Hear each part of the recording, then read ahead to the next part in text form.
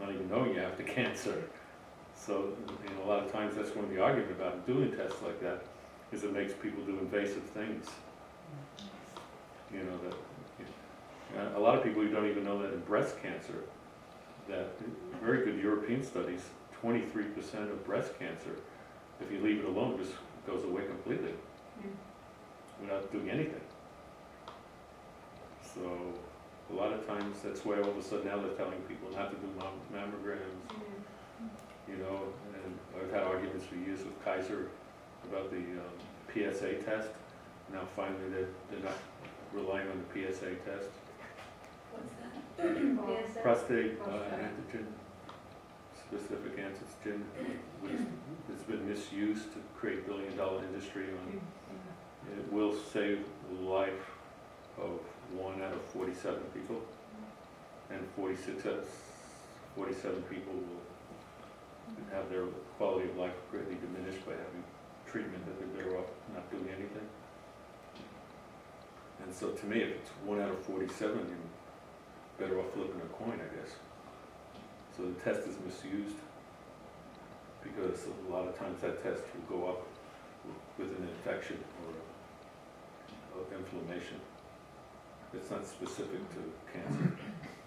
It is a lot of the cancers are so slow progressing that you'll die from something else way before you die from the cancer. The same thing with certain breast cancers they're finding.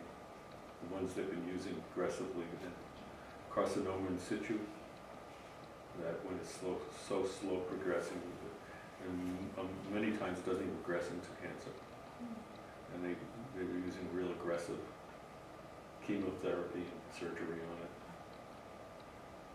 So I mean, there's a whole, and occasionally if you're the person that saves their life, you think everybody's an idiot not doing that. So, but statistically, you're better off not doing it, unless you're the one that has the bad one.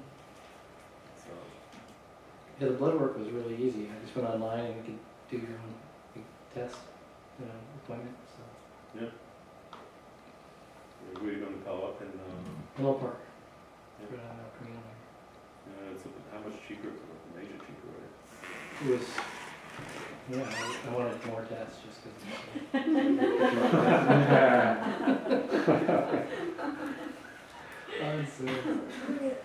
Well, like I told you, the problem we all have is when we do tests. That's why I only do tests if I know I'm going to do something about the test results. If you do tests, you're not going to do it. Because a lot of times you find things, and then you have to do something about it, because that's the way our brains work. So you've got to have a reason to do the test. It's not just do tests for the sake of looking for stuff. The screening tests have been proven to be not valuable. They don't save lives. They cause lives.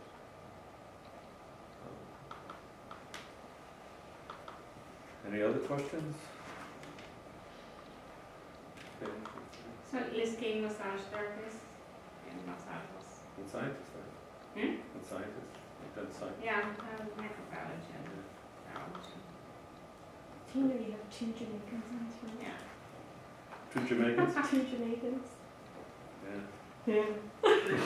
No, I'm thinking about it because I was at the airport once, and I have a friend, a husband of a close friend of mine, and he's Jamaican, but he's Chinese.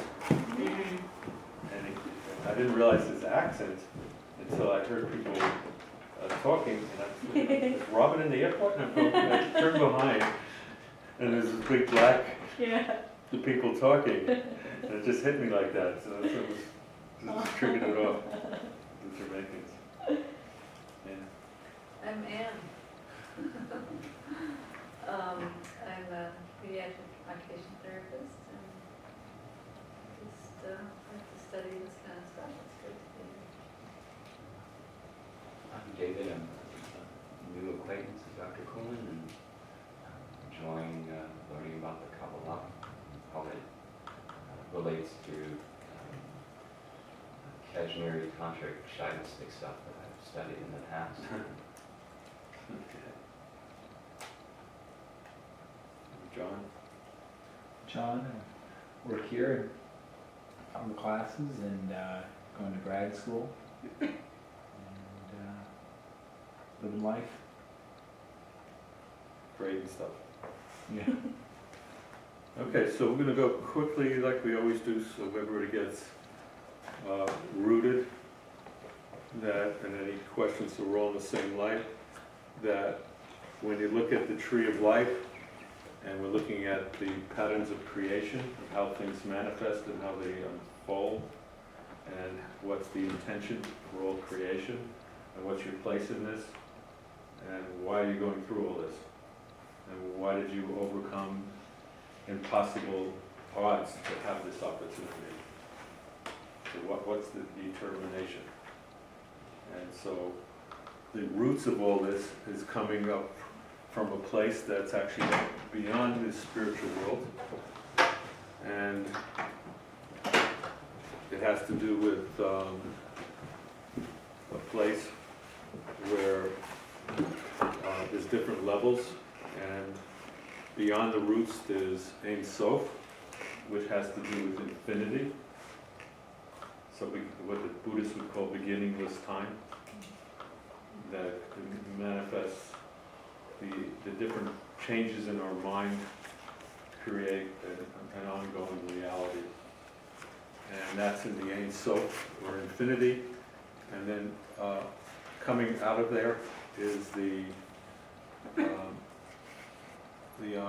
from the Ein Sof, it's also the face of God, by the way. Some Kabbalists will talk about it.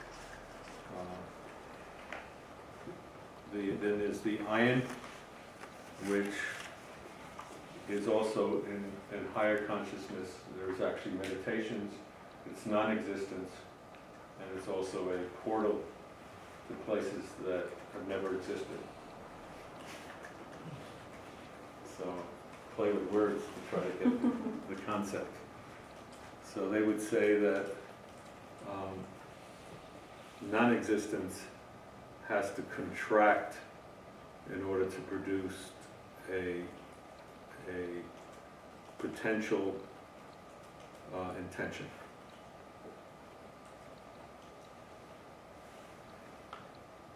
So something would have to get to a point where it no longer exists in order to produce an intention. It's very difficult, because when we go back to the healing process, we'll be looking at it from a different angle. So the crown, so the roots have a luminosity to them, and as they go through a transformation or a step-down process, it becomes the electromagnetic spectrum and the light, and then all of creation has to condense into the white light, which is in the crown. And then the white light contracts into the clear and pure light. So you have different steps here. Okay? So that's the crown. So that luminosity goes into Chachma, which means wisdom, and the Nikudah within this sphere is where all of everything that we know, all the whole universe comes out of that little dot that explodes out of that.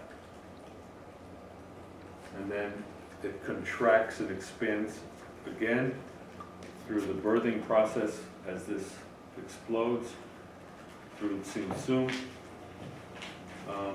And that Tzimtzum is where everything becomes bigger by becoming smaller.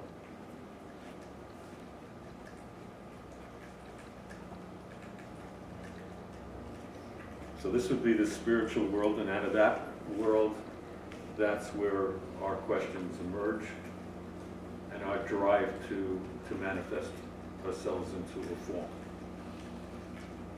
Because without a form, you wouldn't be able to manifest. And so that is, according to some of the Kabbalists, including Isaac Luria and some of the other great Kabbalists, that's so powerful, this whole process, that it actually is encapsulated, and that its descent to eventually getting into the physical world can be so rapid that many times it can shatter.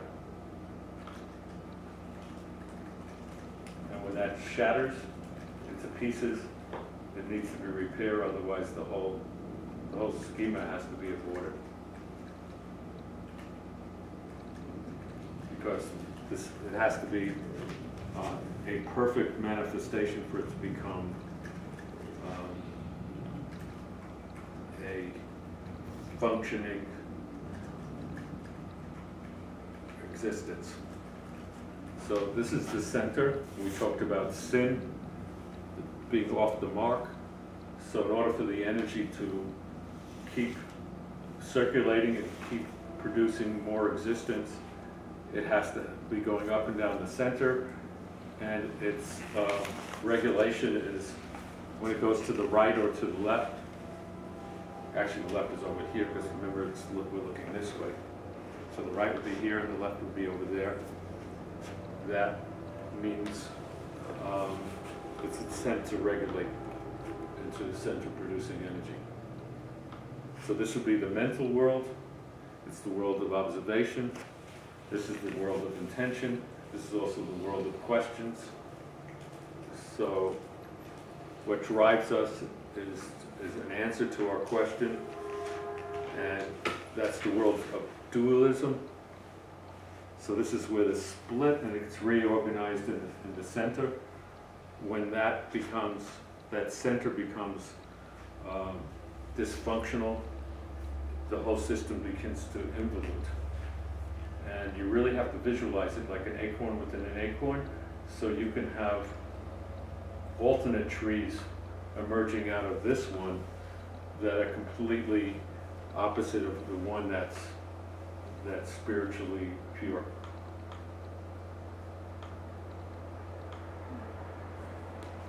So within this level, which is the level of the heart, which is also the level of what they call splendor or beauty, if it becomes self-referenced, it becomes dysfunctional, it becomes pathological. And I think we see that, I know in my life I've seen that happen quite often, where you have people that start off with good intentions, and then they get caught up in what they're doing, and they like the rewards, and they forget the original intention, and they become selfish, and then at times they become, eventually they start making compromises, and then they try to compensate for their compromises by getting into power or influence and greed, and forget how they affect others. And that would be happening on this level. So if it's a functioning level, it's reorganizing everything. And at this level, you remember, this is din or judgment.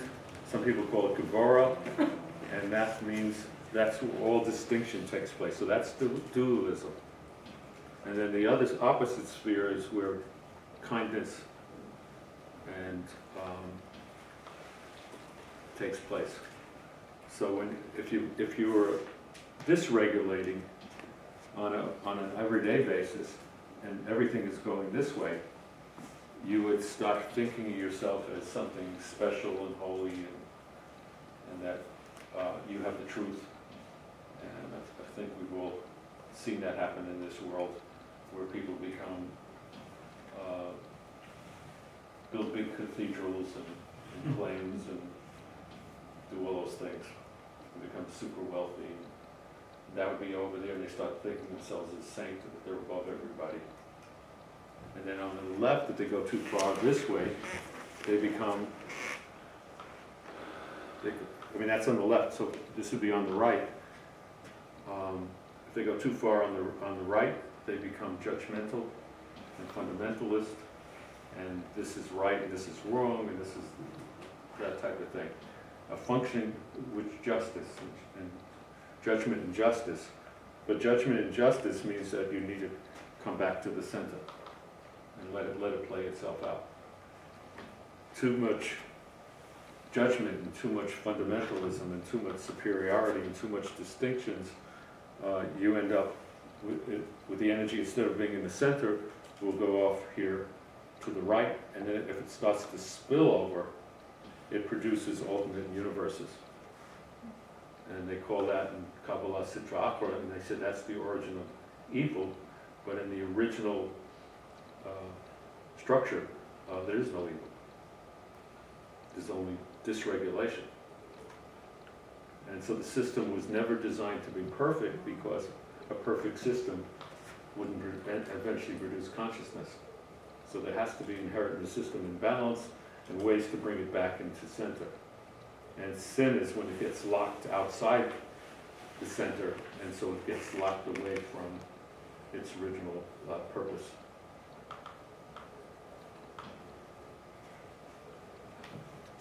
So this is a step-down process. This is the level of the mind.